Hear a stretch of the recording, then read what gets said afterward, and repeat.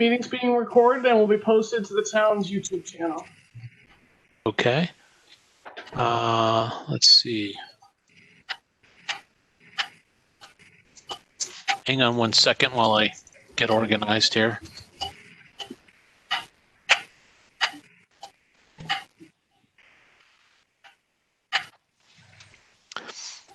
Okay, so officially we'll start the Town of Old Lyme's Water Pollution Control Design Task Force meeting. This is different than the regular water pollution control meeting. The members are James Burge, Randy Nixon, Rob McCarthy, Steve Tsunami, Frank Chan, and myself, Rich Pendergast. Of those members, Frank is absent, so we're going to report Randy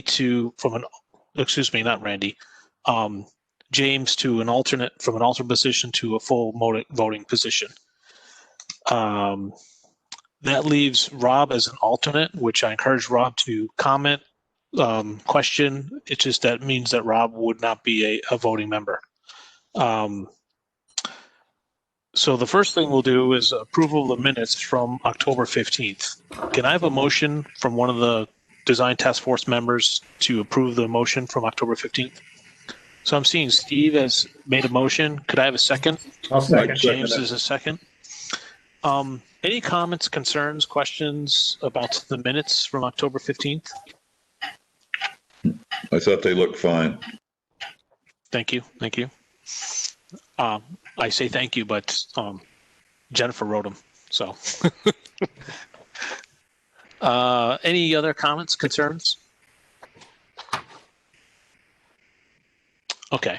All those in favor, either raise your hand if I can see you, and then I'll call on the people I can't see for their vote. Okay, so Steve and James agreed. Randy, do you agree?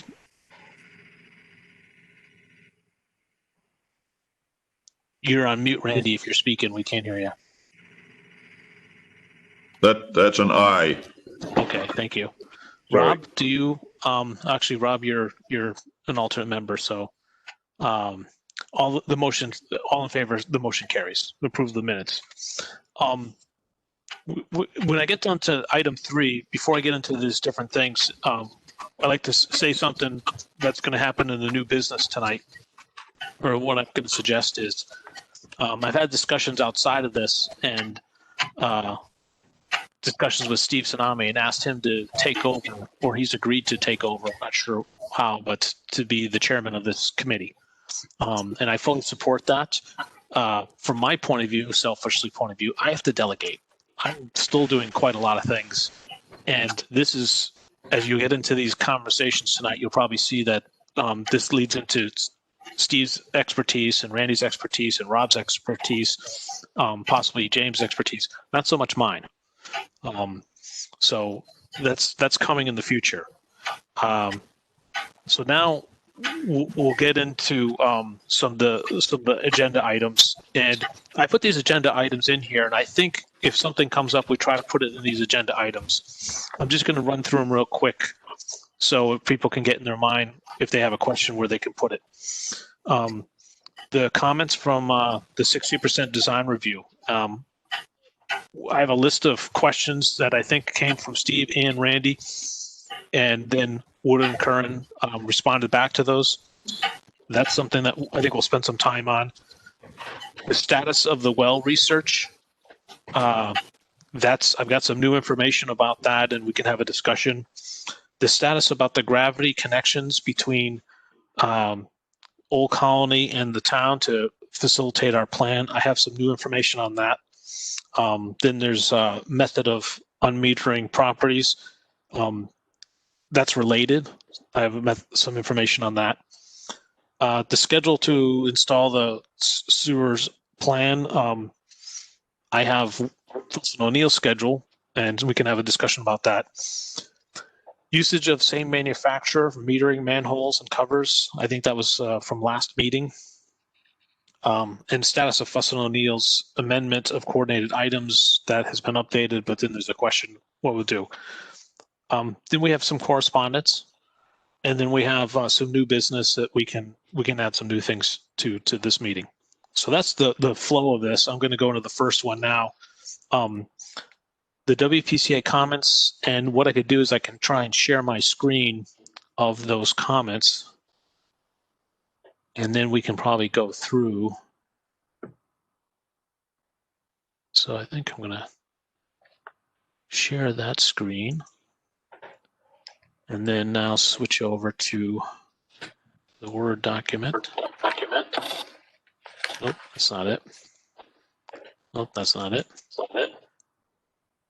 Okay, let's go to the PDF.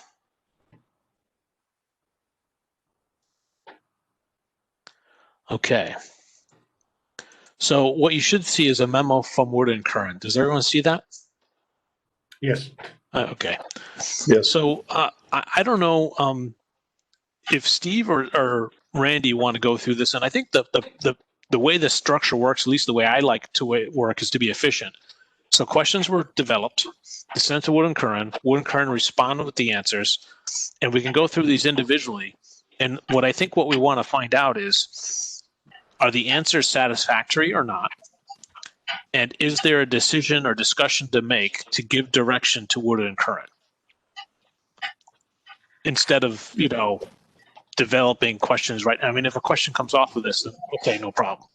That's what I'm proposing, and unless someone says they disagree, then we'll continue on. So I just kind of go through each question, and I don't know if Randy or Steve, if you have a comment, come out and say it.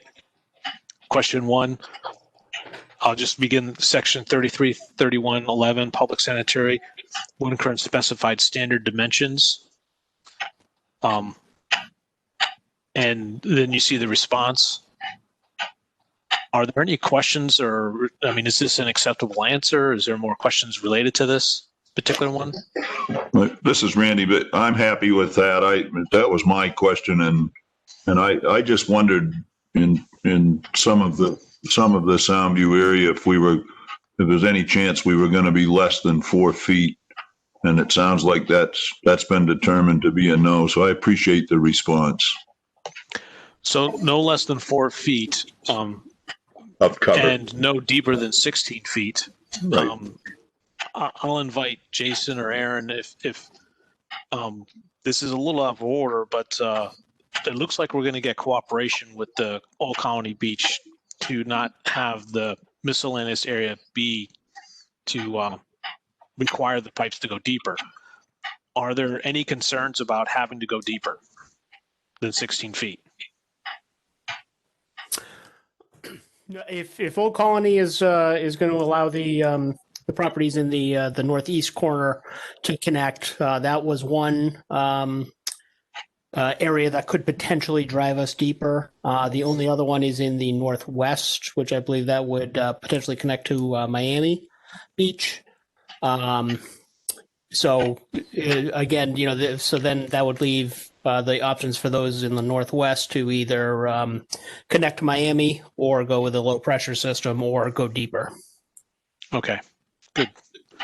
So I'm going to move on to question 2.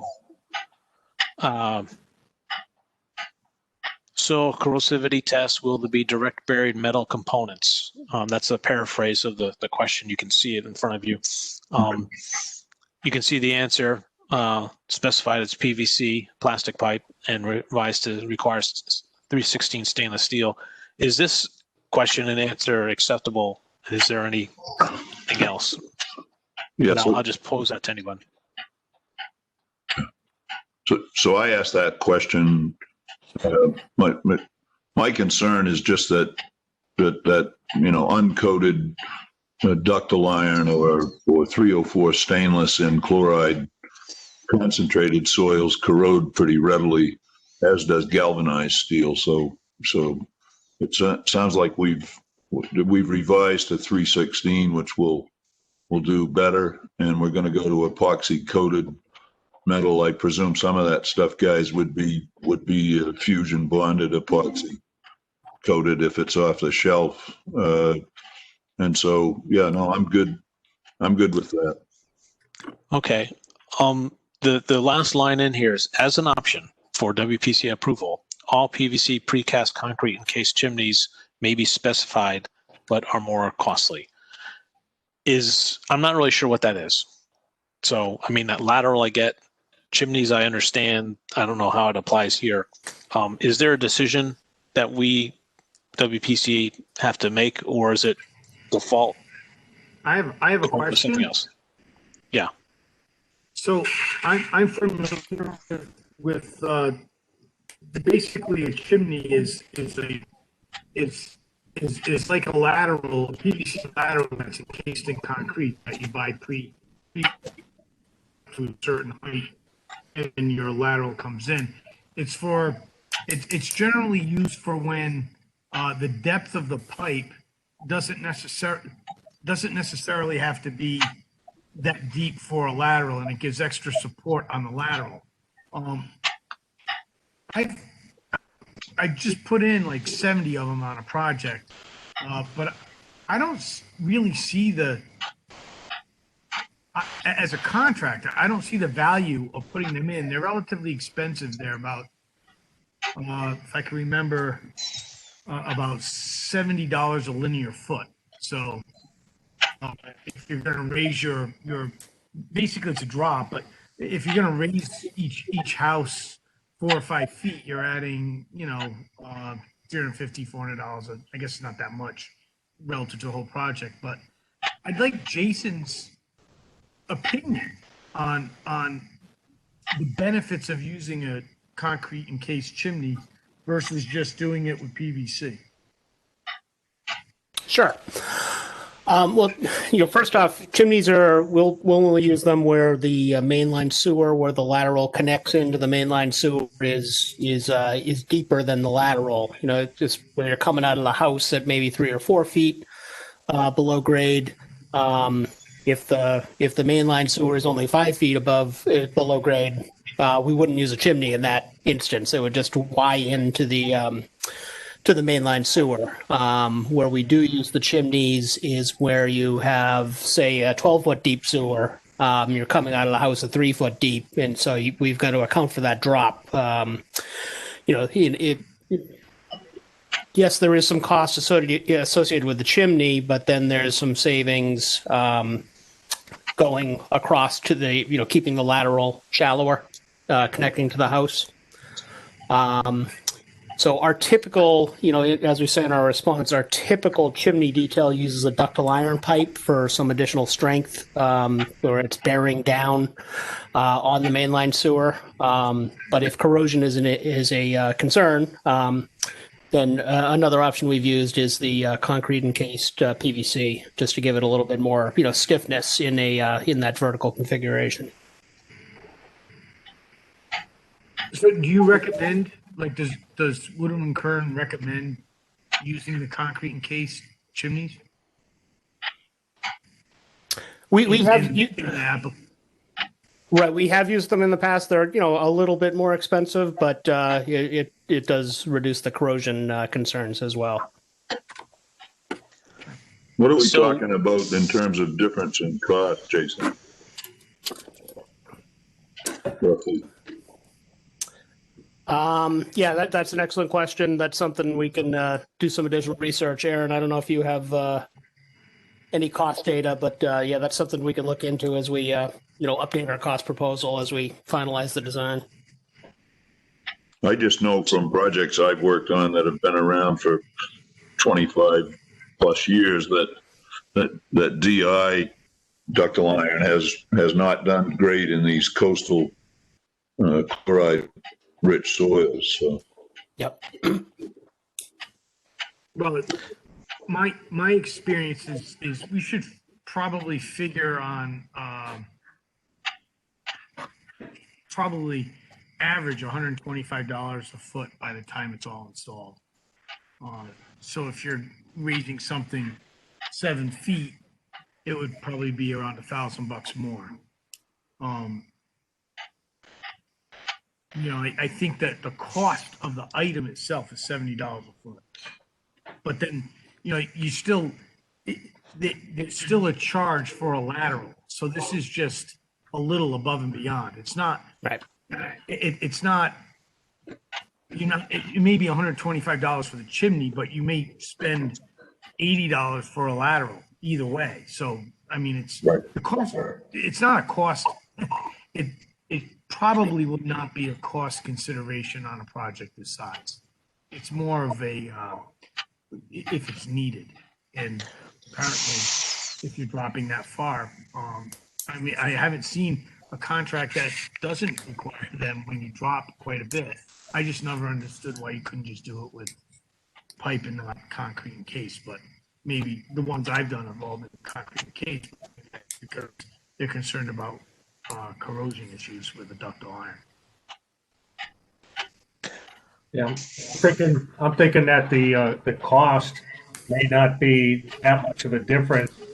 And you get the longevity out of the line and not have to worry about any unexpected repairs or down the road. Well, not that we're going to give a warranty for this, but we're going to be paying for this for 20 years. Right. So would it last 20 years? Is that like a reasonable question? Yeah, no, it'll last forever. Once it's in, I mean, I wouldn't say forever, but it'll last 100 years, unless it's washed out. Yeah. Yeah, that's damage. The encased PVC chimneys will last a lot longer than the ductile iron will. But In the corrosive environment, how will the concrete survive? well, the concrete here is just encasing the PVC, and we're not really. I don't think there's. Correct me if I'm wrong, Jason, but I don't think it's just encased. There's not a lot of reinforcement in that concrete, right? Correct. Yep. So the chloride isn't really going to attack the concrete. What we worry about it attacking is the reinforcing steel once it penetrates the concrete, and we wouldn't expect that with the chimney configuration. No, I was just curious because I know, like an electric boat, they use rock salt in the wintertime, and what happens with surrounding concrete foundations and whatever, it literally chews them apart. So I'm sure that the soil's not got that corrosive nature to it, or hopefully not. That's the only concern I'd have. Yeah. Well, you certainly, in that case, you're probably seeing scaling at the surface initially, and then ultimately it gets to, it gets deeper and deeper. But in this case, we're just trying to prevent the soil side corrosion. Yeah, at the lateral connection. So in this question, it sounds like, I look at the response, it sounds like there's one option that's going to be specification revised for require 316 stainless, epoxy coated metals, all buried hardware to minimize potential for corrosion. DITs and pipes would be specified with sewer lateral chimney connections. The thing is there a question on the table as an option for the WPCA? And is that like an action item we have to put together saying, do we need to discuss this? Or is it premature because the design is not done? I mean, if we were to ask today, like to do a motion and with the design is decided and you now have 50 houses out of 200 that need this 77-foot drop or something like that, and there's an estimate. Are we going to get to that place? And I think maybe there's a question for Jason. Is it premature to decide this now, or is it? Yeah, I don't think we necessarily need to decide this tonight, and that's something we could do exactly what you just mentioned. How many houses are we talking about, and how many vertical feet of chimney are we talking about, and what's the cost difference? So you can make a little, have a little more information when you make a decision. But yeah, this was just in response to the specific comment about buried metal, and this was one potential area, these chimneys, where we could potentially have buried metal. Okay. Jason? Yep. Go ahead. When you do your cost analysis, Use the PVC precast concrete encased. Yep. Okay, we don't want, obviously, we don't want the metal for corrosion reasons. Thank you. Okay. Moving on to number 3. I think there's about maybe 9 to 10 questions on this for if you're wondering. So 3, low pressure sewage pipe PVC specified as SDR 21. Then the answer, SDR 21 PVC is a pipe material commonly recommended for low pressure sewage pump manufacturers is typically rated to 200 psi, exceeding typical low pressure sewer applications. Peak total dynamic head for this project is expected to be no more than 20 psi with an average of 10 psi. So I defer to my colleagues that know more about this. It sounds like a pressure rated pipe that's got a safety factor well above the intended use. I'm happy with the answer. That was my question. SDR is the standard dimension ratio between diameter and wall thickness. So the 21 is heavier duty for the low pressure application as opposed to the 35 for the gravity. So I'm good with. I appreciate the response, Jason. Okay. Moving on to question 4. Section specifies polyurethane sealants and selected by an engineer. Locations listed the specs pertain to masonry walls, buildings rather than manhole penetrations. Why don't we specify polysulfide sealants? And basically the question is what sealants are going to use for long-term performance and corrosion resistance. And the specified by engineer, I think that's where we're at, is to say, what is that specification going to be and what's some guidance of what it's going to be. So, and I think the answer here is, well, you can read the answers. So I guess.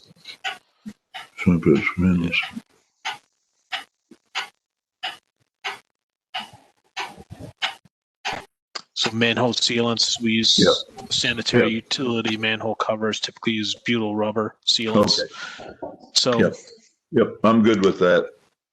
The butyl rubber is going to perform much better than just the way that read originally, Jason. I wasn't trying to be a pain in the neck, but it's just urethane, even the 2-component urethane sealants really aren't intended for that service. So, right. Yeah, so I'm happy with that. The butyl rubber does well there, yeah. Or like the Kent seal. Yep, fine. Okay. Moving on to question 5. Water to cementous materials ratio. This one I was kind of interested about. What would lead to a greater concrete shrinkage and higher concrete permeability? Both shrinkage and permeability affect concrete durability. And you can see the answer here.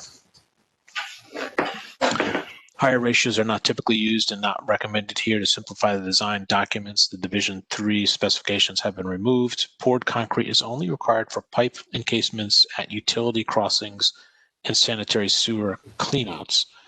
The relevant details are being updated to include appropriate requirements. So there's more questions about concrete later, but any questions about this one? No, I'm good. I'm good with that. The reason for that is just that that's an area that I work in, and you need about 0.2 pounds of water to 1 pound of cement for it to hydrate, and you need roughly twice that to wet out the particles and get high conversion of hydration. When you get much over 4 or 5, you start to get a lot more shrinkage and a lot higher porosity volume in the concrete. So my concerns are just that what we build that we're paying for over the next couple of decades is going to be as durable as possible. So, I don't know if it applies to this question or the next question, but and I'm a novice at this, but I'm wondering if there's some kind of condition or guidance that if they're mixing the concrete and pouring it into an area, they recognize that some of our areas might be filled with water. And I'm wondering if that might change the design of the concrete or the design of the pour. or is it that they'll be drying out to the area before they pour it? Well, they're generally going to try to de-water. Okay. Before doing that would be the typical practice. Right. They'll de-water it, they'll form it, they'll pour it. And after it sets, they may flood it again if it's not salt water. Because it'll cure slower and in general be harder than if it were left to dry to the air. Okay. Yep, provides better curing, definitely. But in this case, they might have to keep it dewatered because there may be a mixture of salt water, and I don't think you want salt water in your curing your concrete. No, definitely not. If you can help it. Okay. So, question 6. Sorry, moving my mouse too much. So this is a lot here. It's talking about the ratio of concrete, and I think it's for the right ratio to get the right strength. But also, I find it interesting about the right strength, but also curing in the required time. And you can see the response here. I don't know. Is it helpful for me to read the response to everyone, or? I'm just reading it right now. Okay. So, this is not. So it just in general, guys, all this concrete we're talking about is ready mix. It's from Tilcon, a batch plant that you get a mixed design. It's approved by the engineer. Comes to the site. You take cylinders to make sure it's going to pass the brakes. It's not like they're not mixing this concrete in the field in a trough. It's coming out of a truck. Oh, no. Well, Okay.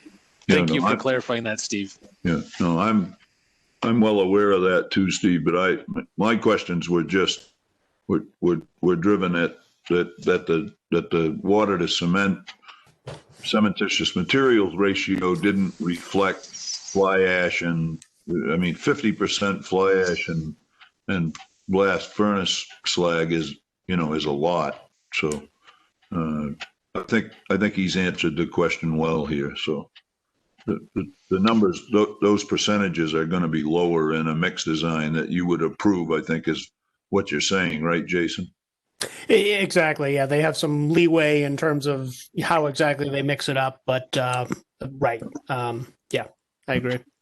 Yeah. Is this an area that has to be inspected along the way? Like if we were to have an independent inspector?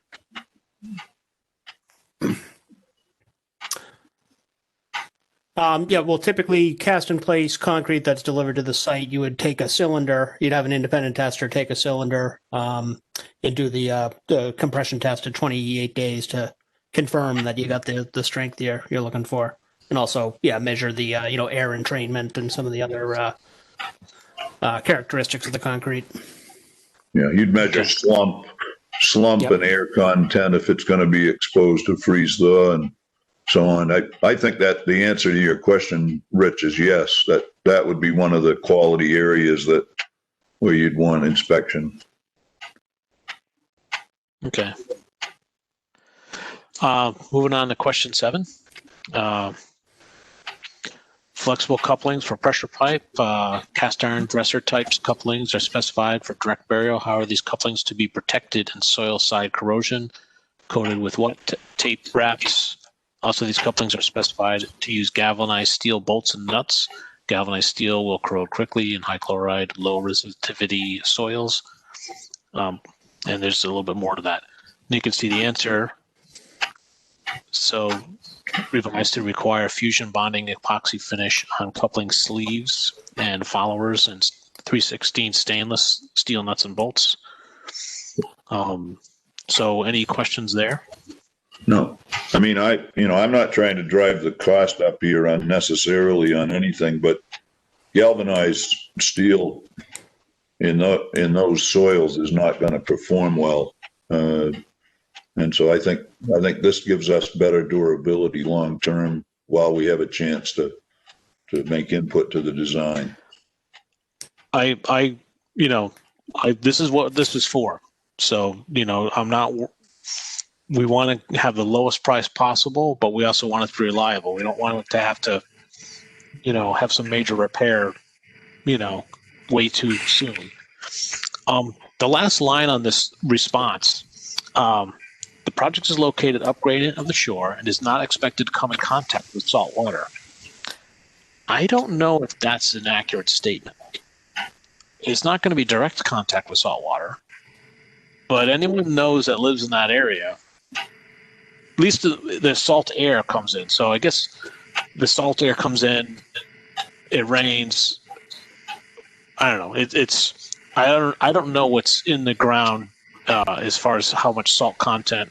We do have some soil testing results and such, but just a comment. Yeah, please. Randy, everything that we're discussing right now is nothing out of the ordinary. Like it would be out of the ordinary for a contractor to put in a galvanized coupler instead of a epoxy fused coupler. I mean, all this stuff is all your concerns in the replies are very standard materials that aren't driving up the cost at all. These are the materials you use. I think like you don't even use cast iron on PVC. Well, I mean you can, but it's got to be special PVC. You're not going to use an SDR35. You don't make something for that. It's always fusion. It's always the fusion, epoxy fusion, dresser type coupling. So none of the stuff we've discussed I see as affecting the cost of the contract at all. I mean, Good. I mean, these are things that, things I look at in systems all the time that fail. That's why I asked the question, so. Yeah. Yep. Okay. So question 8, will sewer pipes be located by GPS coordinates for future locations? And the answer is yes. Great. I think that's good. That's a good question as well. Last question, number 9, metering manholes be fabricated with fiberglass reinforcement plastic FRP. Ultrasonic flow meter support brackets are specified to be made by type 304 stainless. Why are these not made of 3/16 stainless, which is much better chloride pitting corrosion resistance? If the brackets are exposed to chlorides, the dicing salts run off the groundwater, and the 3/16 will be a much better choice than 304. Revised to require all 3/16 stainless. So basically revised the design. So No, that's good question. Jason, can I make a suggestion? Sure. Can we put in where applicable that all hardware must be 3/16 stainless steel? Mm-hmm. And that only covers whatever is Yeah, required. there's not a 304 left somewhere, and yeah. Yep. Okay. Yep. good point. So just so I get my notes right, the action is to request all hardware to be 3/16 stainless. Yeah. Is that right? Mm-hmm. That's correct. Okay. And this design is still in, I guess, the 60% done. Is that correct, Jason? Approaching 90%. Yes. Okay. So with that, I was going to move off the questions and on to the next thing, the next item on the agenda. But before I do, does anyone have comments, questions? Okay. I'm not hearing any, so we'll move on. So the next thing is the status of the well research with the health department records. I don't know if, Rob, if you have any status update on that, but I do have some feedback related to this item and allow the gravity connection, low pressure sewer connection with northeast and northwest areas of miscellaneous town area B. So before I get into that feedback, do you have anything you want to say, Rob? Right, so somewhat, as in, I actually was able to meet with Jen yesterday and kind of get a good feel for what she's been up to and what she's found and has for records. You know, and I was also, while we were talking in the beginning of this meeting, I was looking at the design plans that we have, you know, and a bunch of the wells, and I was mostly looking at Portland Avenue is what I did with Jen yesterday when I had time. And, you know, some of the ones that we found, that Jen found in the records, and we were looking through that are near to the road are pretty well shown on the design plans. Where things get not so good is there's an awful lot of properties that are, you know, don't have good records. So it's just inconclusive. Don't know whether there might be a well or not a well. So I guess, you know, that being said, I know she's done a lot of work. She's pulled a lot of records that can be found.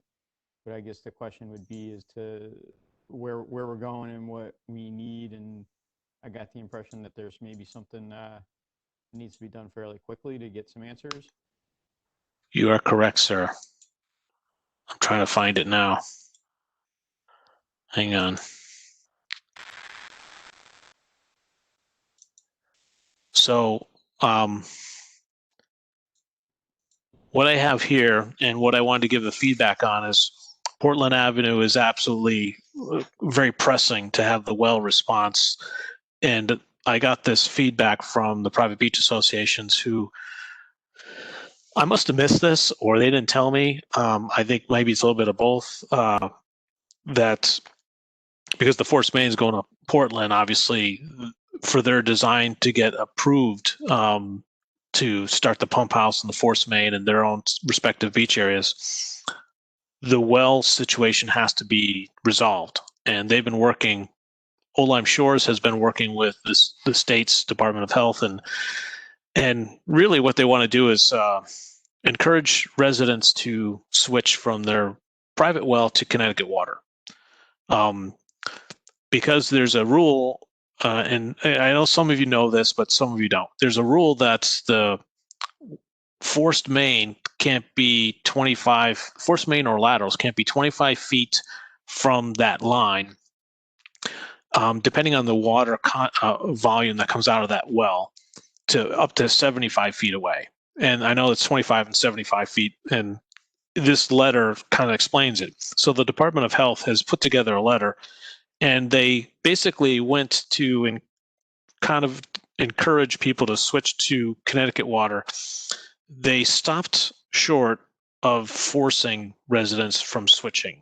And I understand that they could do that, but they didn't want to. So Old Colony and I guess Old Shores have sent these letters to the people that have been identified with wells, and they have a cover letter I'm going to try to get. And I don't know if you had a chance to read it, but it identifies the properties total, and they have to be resolved as part of the design plan. And the idea is it's protecting public safety. What's not in the letter, which is probably more important, is let's say the resident says, I don't want to do it for whatever reason. That they can petition or put in the Department of Health saying, here's how we're going to safeguard that well by installing pressurized pipe for non-pressurized sewer. C900 is one thing that's mentioned, and I'm sure Randy and Steve know these details, but they also talked about sleeving the pipe as well. And this is the thing that was interesting to me is an opinion by one of the other WPCA members is the resident would be responsible for paying that additional cost to protect their well, and it could be an additional up to $12,000.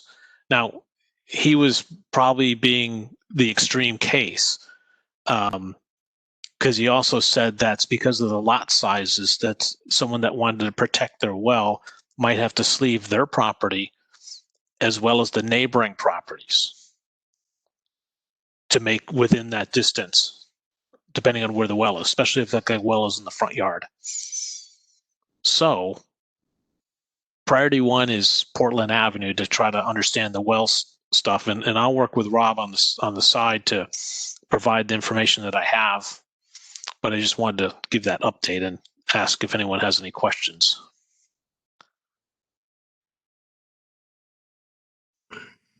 I'm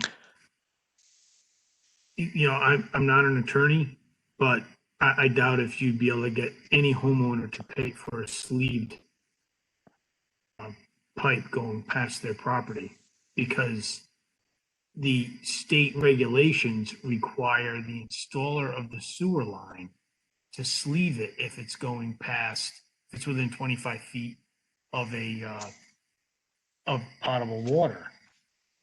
So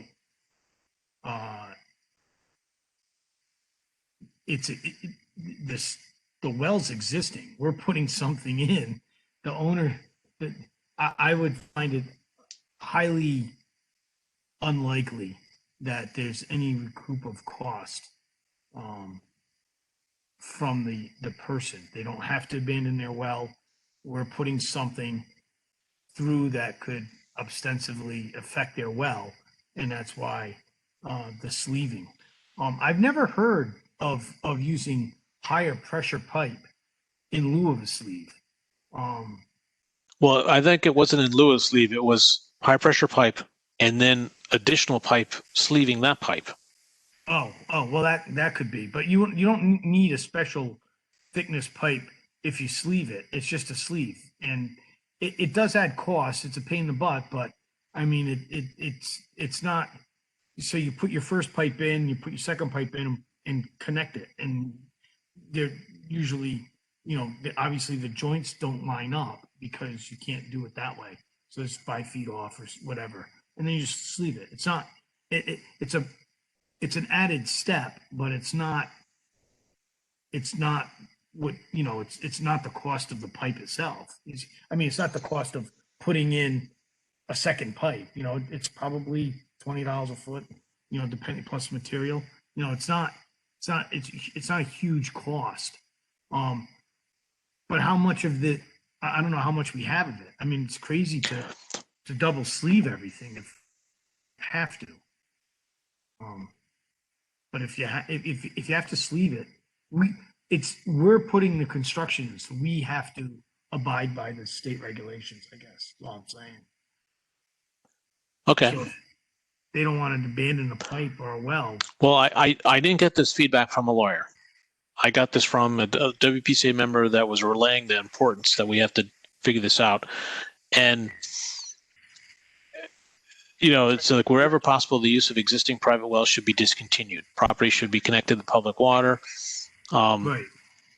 So the sewer project with Ledge Light has discussed the proposed sewer with Ledge Light and have indicated that the situation they have no authority to require existing well to be abandoned. So this is from the Department of Health, saying the local Department of Health doesn't have this authority. Other department heads have said they do have the authority. Anyways, it's a problem that we got to solve. So convincing customers to switch to Connecticut water is one scenario. The establishing a plan, if they don't want to, that would be acceptable to the Department of Health. The worst case scenario is the resident doesn't want to switch, which is their right, I guess. And the Department of Health doesn't allow the sewer projects to be approved. Something's got to give, I think. But it's something we have to work on. So, Rich, a couple of questions, I guess. One is timing, and in order just to send a letter out and even get a response, that could take a while. Are the private beaches looking to put this out to bid soon? And that Yes, they're talking about like February out to bid. That month that's just a couple of months away. right. So sending out letters and getting responses anytime in that time frame is slim to none. And then Well, I guess the only other question I have is if they are even willing to connect to Connecticut Water, is there a cost to them for the connection, or is Connecticut Water doing connections basically for nothing because they're getting a utility later? well, the connection to Connecticut Water is applicable for the Clean Water Fund's 25% grant and 20-year 2% financing. So it's something that our WPCA committee might have to figure out as far as options. But for this task force point of view, it's to research and figure this out. And so I think actions could possibly be, I can get the letter that they send for the cover letter along with this letter. We could take a look at it, approve it, and send it to those residents that we've identified have a private well, and then contact them directly to see what their thoughts are. Based on that, we might have an actual proposal for the WPCA of what to do and how to do it, the feedback that we get. But I'm open to suggestions. Okay. And so looking at the list and, not knowing the inconclusive ones, and there's as many as 10 or 12 properties probably on Portland Avenue that either we know there's a well in their front property really close to the road, or we have no idea. Yeah, and I find it this is a big deal for the Department of Health. Old Lyme Shores has been, I guess, discussing this with them for a long time. So we have to identify each building that's habitable, or it's not an open lot or whatever, and either show that it's on Connecticut Water or show that it's private well where the well location is, and if it's far enough away that it's not a problem, which there might be some of those, and if it's not far enough away, what's the plan? And that's the submittal for the pump house. And if we can assist in doing that, that's great because it's kind of in our area. If we can't, the private beach associations are going to try and do it, and we're going to try not to step over each other. So, I mean, and I guess that's all that I had. But I mean, is there another question or comment? Steve, do you have a question? Just a comment. If we have a listing of people that are connected to Connecticut Water on Portland Avenue, by fact of omission, those that aren't must have a well. So Steve, we do have that, and that's what Rob has been working on. Oh, all right. So, That's how we're going but about I that. think the wells, the by omission is not 100%. So there's some that we have wells for, and there's some that don't use Connecticut Water and don't have a well. At least one that's got a permit. Well, right. One that has a permit, but they have to have a well. Well, you tell They're not me. using- There's a they're not house using- that doesn't use Connecticut Water and does not have a permitted well. So how are they getting water? They're getting it through an unpermitted well. Yeah, and so we have to figure that out. And apparently it's not good enough to the Department of Health to say, here's the Connecticut waters and here's the permitted wells. They want to know all the properties. So we have to go that further step. If someone has a non-permitted well, we'll have to figure something out and, maybe get them connected to Connecticut Water. So. And so, Good luck, so Rob. right, so we have a list of the properties that have no Connecticut Water service. We also have a list that actually has properties with Connecticut Water service, but is deemed inactive. So even though they have a service, they're not using the water from Connecticut Water, which is a whole different problem because it means, they probably have a well somewhere. And then there's others that they know there's just wells, and that's the way it is. There could be some So- homes with holding tanks or water tanks and get delivery. That's true. Yeah. Water bladders, I think they're called. Yes. Okay. So that's kind of the big updates, and that takes care of item 3BI, II, and it moves on to triple I, method of approximating flows of unmetered properties. And this is also 3B4, IV. So in the top of miscellaneous area B, there's the northwest left side and the northeast right side. The northeast has about 9 houses that if you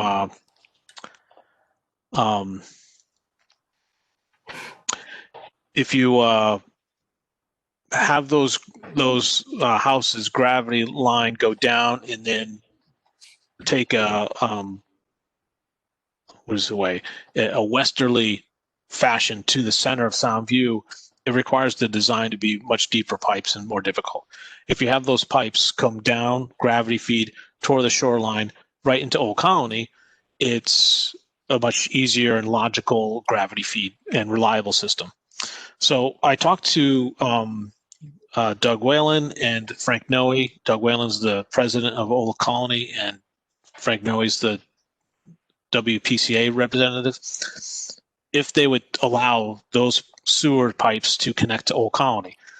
And at first they said no way. And then they said, well, maybe. And then after another discussion, they are presenting it to their board members, and it seems reasonable that they would.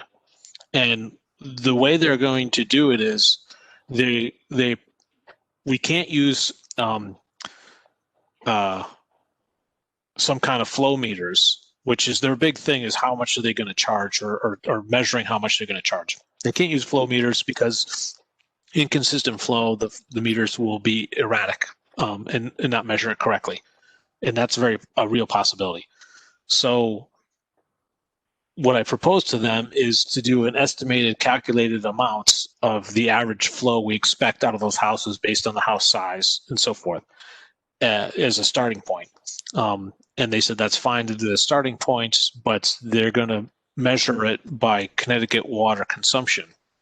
And they seemed intrigued with the idea that they're going to bill their residents based on this.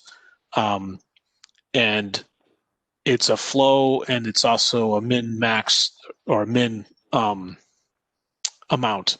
So they would just add those residents as Oline customers in their billing process. However, the Oline WPCA benefit assessment fund, whatever, would be paying for it. So we would get the bill for those houses, and then we turn around and we bill those residents based on our setting. And the reason that's so complicated like that is because those houses are under our authority, not their authority. And we can't delegate our authority, but it seems like a mechanical way to get this to work. So the end result is, it seems possible, but they're going to present it to their board members. It doesn't seem to be any financial harm to them or financial gain. It helps us simplify the design, make the design more reliable. The north west side, the left side, same scenario, but going into Miami. Miami, I think they don't seem to have the bandwidth to have this discussion. But if Old Colony does it, Miami will probably follow. Historically, that seems to be what's going on. They let Old Colony lead, and they follow. And it's also, I think, a fewer number of houses over in that section. It's a restaurant and a apartments over a beer store, Rooney's. So it might be, we might have other options there in case they refuse. So I think it's good news. It's good progress. I hope to get an answer in a couple of weeks. Any questions? Comments? I just say comment real quick, Rich. That sounds like a good solution to me. The cost savings between that and trying to figure that out otherwise is, would be complicated and onerous. So it sounds like a good solution. You've done well to negotiate that. So. Yeah, it's becoming a little bit more cooperation because we're trying to help each other out. And the project relies, for us to have the best project, it relies on all parties to be cooperating. And we're not asking them to do something that's going to hurt them. So, is there any other comments on this from task force members? Okay. So the next item is 3B5, required usage of same manufacturer. I think there's a suggestion in the past, and I'm not sure if there's an update or discussion on this. I think this is maybe trying to get a volume discount for installers. I'm not sure. Does anyone have any comment about this item? Go ahead, Steve. Just a comment I had the last meeting. Once you get a foundry, the pipe you're going to get from a supplier, there's no, on project like this, whether you combine it with the other stuff or not, it's really no savings cost wise. It's the foundry. Once you get a foundry, usually you stick with it because the casts are stored, and when you need more, they pour them versus going to different foundries and having them do the cast itself. I don't think there'd be any cost savings by going with the same manufacturers or not. But on the other hand, there's no harm in going with the same manufacturers as the other beach associations either. So it's whatever. I mean, Jason is familiar with specs. We could spec out what the other beach associations are using and then put or equal. And then it's up to the engineer to decide whether it's an or equal or not. Okay. Well, that's important how you do it. You specify and then or equal. So if they can get some volume discounts or volume pricing, that's fine. But you're also not creating a situation where they can charge more to say that you specified only a specific user and user knows it.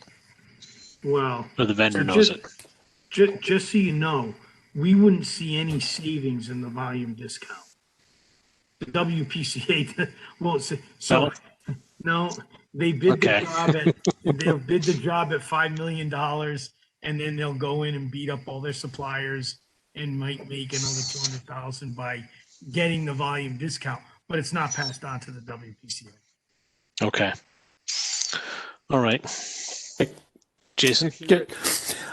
Yeah, just to point of clarification on that. One of our motivations on this, especially with the metering manholes, is more for operations down the road. There's going to be several metering manholes amongst in the Soundview area as well as in the neighboring beach associations. If it's eventually one contract operator, I think there'd be some efficiency of having all of those metering manholes the same, as opposed to you got vendor A over in Miami, vendor B in Soundview. So that was as much of the motivation as, the capital cost savings or potential capital cost savings. Okay. Okay. Let's see. I think I skipped over for scheduling coordination of installed gravity Portland sewer shoreline. No, I guess we talked about that with the coordination with the private beach associations. So the last item in this section is status of Fuss & O'Neill's amendment with the coordinated items. I signed it. they accepted it. They didn't send a bill yet. So Jason or Aaron from Wood and Curran, you should be able to request and get from Fuss and O'Neill. They're 90% done. And I'm not sure if you're going to do that or if I'm going to do that. If you want, I mean, I'll send an email to Kurt and have Kurt send it to you. But have you already done that, or what's the story? Based on the discussion at last Tuesday's meeting, I sent Doug and Kurt an email, and yeah, so we've been in contact.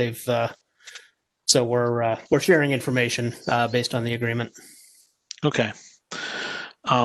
So please alert myself or Steve or Frank Chan, someone from our WPCA, if there's a lot of interactions back and forth, or if you're asking them a lot of questions. And just bear in mind that when you're asking them questions, we're paying for it. Yep. So be efficient with your questions. Sure. Just like you've been doing. So that's that section. The next section, I'm going to move into correspondence. And I'm going to pull up the correspondence that I sent to the meeting ahead of time. And so the correspondence we have is, we had a number of emails back and forth. They're actually from the Public Works Director, but they were delivered for some reason through the Finance Director. I'm not sure why, but anyways, the part of it includes the timing of this project with the timing of installing sidewalks. And the question was asked, are we going to repair the sidewalks, replace the sidewalks? And the response that I've got from previous experience was that the contractors will be able to go underneath the sidewalks in some cases, or it's built into the contract that they'll repair the sidewalks if they have to damage the sidewalks as part of the contract. The sidewalks, there's not a lot of sidewalks in the Soundview neighborhood area. So it's not going to be everywhere. And it's possible once we get our timing together to try to delay the sidewalk installed.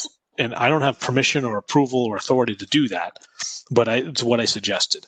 But the grant runs out in 2023 to use, and if we get this done by 2022, maybe that's a good thing. So one of the responses was the plan was to build the sidewalks in the spring of 2021.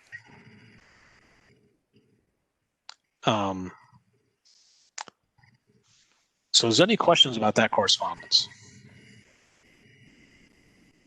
It didn't sound like we needed to do a response. They seem to be something to work on. But I think what we need to do is we develop our plan, our timeline.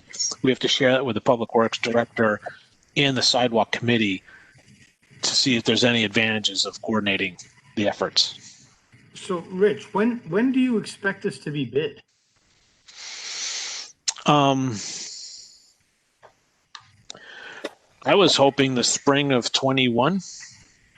All right, so they would have from probably after Labor Day, 21 until Memorial Day of 22 to work.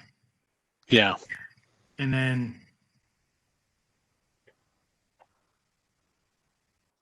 have from, a large company could knock this out in that time.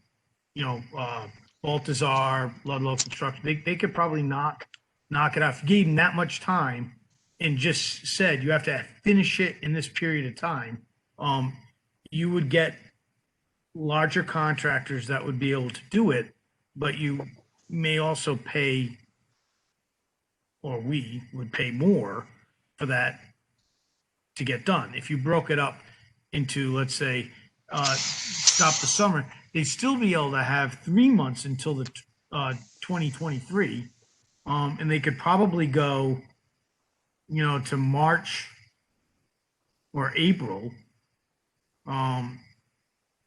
which is quite a bit of time. I mean, that's almost a year to put in the pipe, which I think most contractors would be able to do. And then, after April, you'd be able to pour sidewalks before Memorial Day. You're not going to pour sidewalks in February. You might in March. Yeah. But even then, it's kind of iffy, for the weather. It still gets below freezing at night. Most contractors don't want to Right. cover their stuff. So. So, I mean, that's part of the thing. It's a good question to coordinate. I think our original estimate from Wood and Kern was this is like 11th month construction build. But that's an estimate, an early estimate. I just bring it up as a correspondence that we have to coordinate with. Yeah. And so forth. So, and I think that correspondence applies to this task force. Because I think maybe part of the thing is also prioritizing what gets done and when it gets done. A run order of what street gets done. So, that's it that I had for correspondence. Does anyone have any questions about that correspondence? Okay.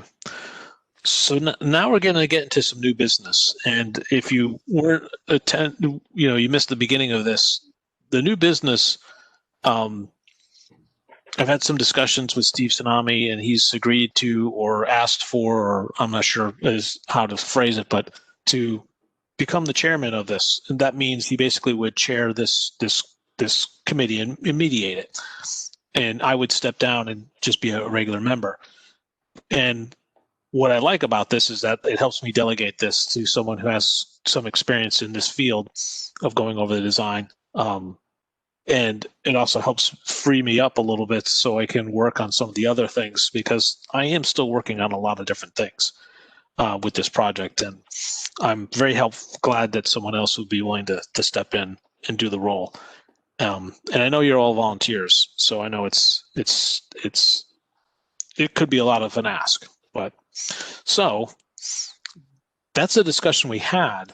And so now I'll entertain for this new business a motion to elect Steve as the chairman and second it and all that stuff. This is Randy Nixon. I'll make a motion that we elect Steve to take on that role. Can I have a second? I'll second that. So that's Randy and James, open discussion. I think the way this motion would work is we accept this motion and it would become it start the next meeting or after this meeting. And I support it. So that's my discussion. Does anyone else have any comments or concerns? I think it'll be very good. And I have one more comment, I guess. I'm going to support Steve. I'm not going to just throw him out there and say, okay, take care of it. I mean, I'll introduce him to whoever he has to be introduced to and support him in questions and stuff like that. Just he'll just manage the agenda, and I'll explain how all that stuff works. And Jennifer helps with a lot of this stuff as well as the first selectman's admin assistant, Michelle Noren. So you're not going to be figuring all that stuff out yourself, Steve. Well, thank you for that, and thank you for the confidence. I appreciate it. Yeah. Okay, so why don't we do a call of votes? So the people I can see, I'd ask you to raise your hand if you approve this motion, and then I'll poll the people that I can't see. So if you can raise your hand if you approve this motion. So let it be known that Steve and James approved. Randy, do you approve this motion? I do. Okay. Rob, do you? Oh, wait a minute. Rob's not a voting member. So we have a motion that's been approved unanimously. Motion carries. So Steve is now going to be the chairman of this committee going forward. So one last thing is the adjournment. So can I get a motion to adjourn? I'll make a motion to adjourn. James, a motion, a second it. I second it. Randy, second it. Open discussion. All those in favor say aye. Aye. Motion carried. This meeting's adjourned. Thanks everybody for showing up tonight, and thanks to Wood and Kern for showing up. I know it's after hours, but I appreciate your support and this project. And thank you, Jennifer, for recording and writing up the minutes. All right. Good night, everybody. Good night. Thank you. Thanks, everyone. Thanks. No.